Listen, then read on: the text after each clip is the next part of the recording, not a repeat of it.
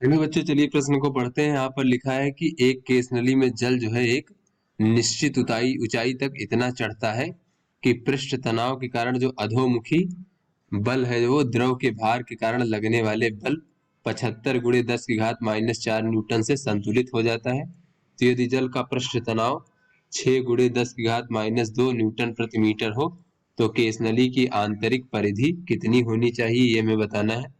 4 विकल्प दिए गए हैं, सही विकल्प का चयन करना है।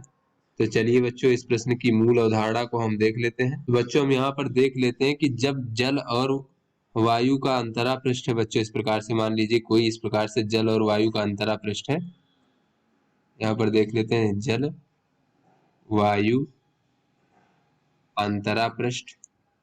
तो बच्चों कोई भी द्रव हो, जल आवश्यक नहीं है बच्चों, कोई भी द्रव हो और वायु का इस प्रकार से अंतरा पृष्ठ है, तो बच्चों जो उत्तल भाग होता है बच्चों, उधर दाब हमारा अधिक होता है। तो अगर बच्चों ये उत्तल भाग की ओर हमारा दाब P1 है और इधर दाब P2 है बच्चों इस प्रकार से, तो बच्चों सदैव जो P1 का मान होता है वो P2 से अधिक होता है बच्चों इस प्रकार से।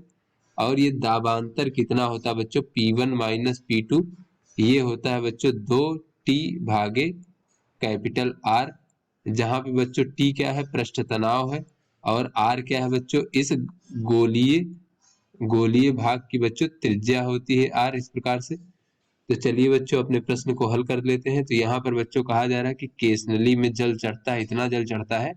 तो यहाँ पर बच्चों एक केस नली है इस प्रकार से मान लीजिए। तो इसमें बच्चों जब जल चढ़ेगा तो इस प्रकार से बच्चों ये हमारा अंतरा पृष्ठ का निर्माण करेगा बच्चों। तो यहाँ पर जिसकी त्रिज्या जो है हम कैपिटल R मान लेते हैं, और ये बच्चों मान लेते हैं कि इस केस नली की त्रिज्या के बराबर है बच्चों इस प्रकार से, आंतरिक त्रिज्या के। तो बच्चों ये हमारा ऊपर जो है उत्तल भाग इस प्रकार से होगा और इस प्रकार से ये नीचे हमारा P2 होगा। तो ये जो दाबांतर हो जाएगा P1 माइनस P2, या फिर इसे हम डेल्टा P कह ले बच्चों, ये हो जाएगा 2T भागे कैपिटल R। तो बच्चों इसके द्वारा यहाँ पर जो दाब है बच्चों, तो बल कितना हो जाएगा बच्चों, तो बल बराबर हो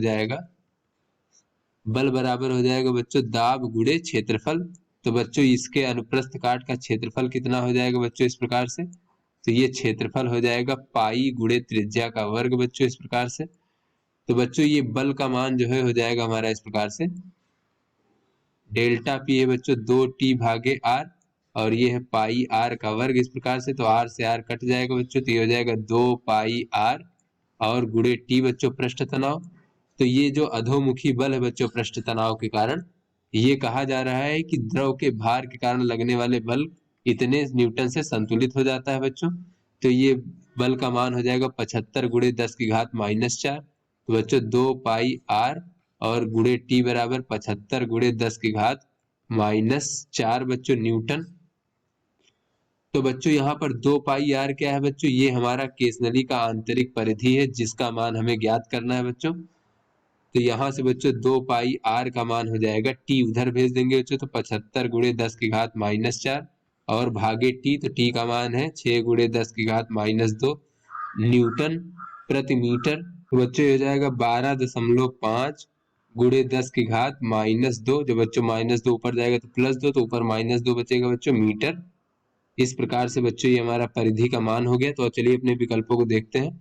तो बच्चों जो हमारा डी विकल्प है हमारा सही विकल्प है। तो आशा करते हैं आपको समझ में आ गया होगा। धन्यवाद।